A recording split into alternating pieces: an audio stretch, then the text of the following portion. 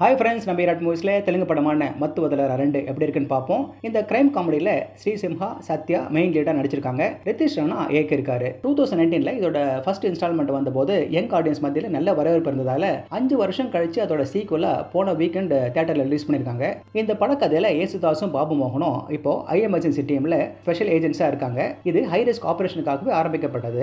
சில ஆள் கடத்தல் கேஸுங்களை சக்ஸஸ்ஃபுல்லாக முடிக்கும் போதே இந்த 2 பேரும் கொஞ்சம் பணத்தையும் அட்டையை போட்டுருவாங்க. ஒரு ஆள் கடத்தல் கேஸில் 2 கோடிக்கு மேலே டிரான்சாக்ட் ஆகிறத தெரிஞ்சுக்கிட்டு அதை தனிப்பட்ட முறையில் டீல் பண்ணுறாங்க. ஆனால் எதிர்பாராத விதமாக அந்த கேஸில் கடத்தப்பட்ட பொண்ணு இவங்க காரில் பணமாக கிடக்க பெரிய சிக்கலில் மாட்டுறாங்க. யாரோ இந்த கொலைப்படியை இவங்க மேலே போட்டு ஃப்ரேம் பண்ணியிருக்காங்கன்னு தெரிஞ்சுக்கிறாங்க.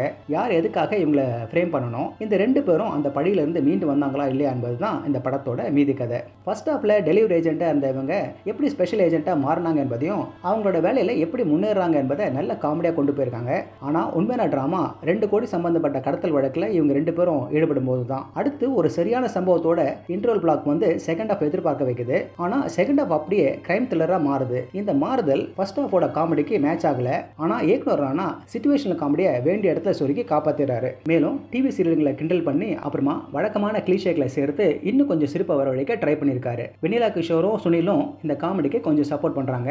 இதுல சுனில் மாதிரி இருக்க ஆக்டருக்கு காமெடியும் பெருசா இல்லாம நெகட்டிவ் ரோலும் இல்லாம பண்ணிட்டாங்க. அதே மாதிரி ஃபரியா அப்துல்லாவுக்கும் பெரிய ரோல் இல்ல. டென்ஷனை கிரியேட் பண்றதுக்காக சில விஷயத்தையும் சேர்த்திருக்காங்க. அது அவ்வளவா ஒர்க் ஆகல. இருந்தாலும் சத்யாவோட காமெடியும் அவர் நடிச்சிருக்க விதமும் நிஜமா கவனிக்க வைக்கும். மெகாஸ்டார் பத்தி சத்யா கொடுக்குற ரெஃபரன்ஸ் எல்லாமே அவருடைய ஃபேன்ஸுக்கு ரொம்ப பிடிச்சிருக்கும். செகண்ட் ஹாஃப் கொஞ்சம் அப்படி இப்படி இருந்தாலும் ப்ரீ கிளைமேக்ஸையும் இயக்குனர் நல்லா ஹேண்டில் பண்ணியிருக்காரு. சுருக்கமா மத்து வதலர் 2 நல்ல ஒரு என்டர்டெய்னிங் வாட்சா அமைது. லாஜிக்கும் ப்ரெடிக்டபிலிட்டி ஃபேக்டரை இக்னோர் பண்ணீங்கன்னா, குறிப்பா படம் முழுக்க அங்கங்கே தெளிச்சிருக்கிற சட்டையரை சத்யாவோட காமெடியை முதல் படத்தோட ரசிகர்களும் யங் ஆடியன்ஸும் நிச்சயமா என்ஜாய் பண்ணுவாங்க.